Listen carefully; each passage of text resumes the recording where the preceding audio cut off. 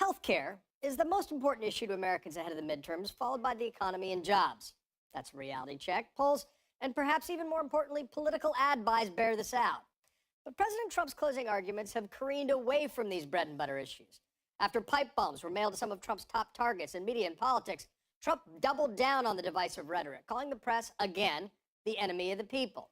And after the deadliest anti-Semitic massacre in American history, Trump immediately returned to calling migrants nearly 1,000 miles away from the U.S. border an invasion, echoing language that the alleged shooter used in social media posts before unleashing his AR-15 in the Tree of Life synagogue. So let's take a closer look at those two weighted phrases President Trump has decided to carry into electoral battle. Buckle up for a quick and disconcerting history lesson. The enemy of the people isn't a phrase you generally hear from U.S. presidents, but it was used during the French Revolution by radicals to describe their enemies who they often accused of, get this, spreading false news to divide or trouble the people.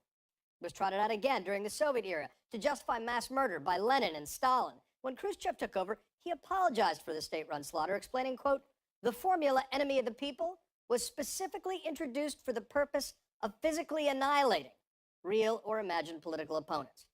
And while Donald Trump loved to accuse Democrats of wanting to make America like Venezuela, Hugo Chavez, you guessed it, called his political opponents, quote, enemies of the homeland.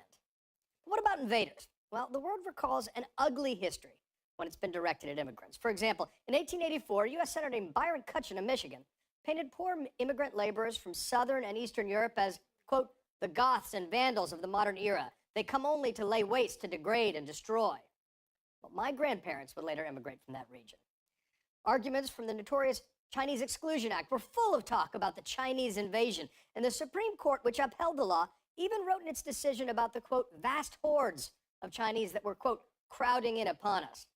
One of the founders of the isolationist America First movement of the early 1940s, aviator Charles Lindbergh, declared that we should, quote, defend the white race against foreign invasion. And just over a decade ago, Trump's populist predecessor, Pat Buchanan, wrote a book called State of Emergency, The Third World Invasion and Conquest of America. The point is not that Donald Trump is the moral equivalent of any of these figures, nor is there any reason to believe he's actually read up on these specific histories. But the dark legacy of this language cannot be ignored. It has been used to excuse some of the most horrific chapters in our history. It not only divides, but dehumanizes. And we can't abide by its normalization in American politics today. Meanwhile, back on Main Street, voters are much more concerned with issues that hit closer to home. But they'll have to wade through Trump's fear-fueled rhetoric first.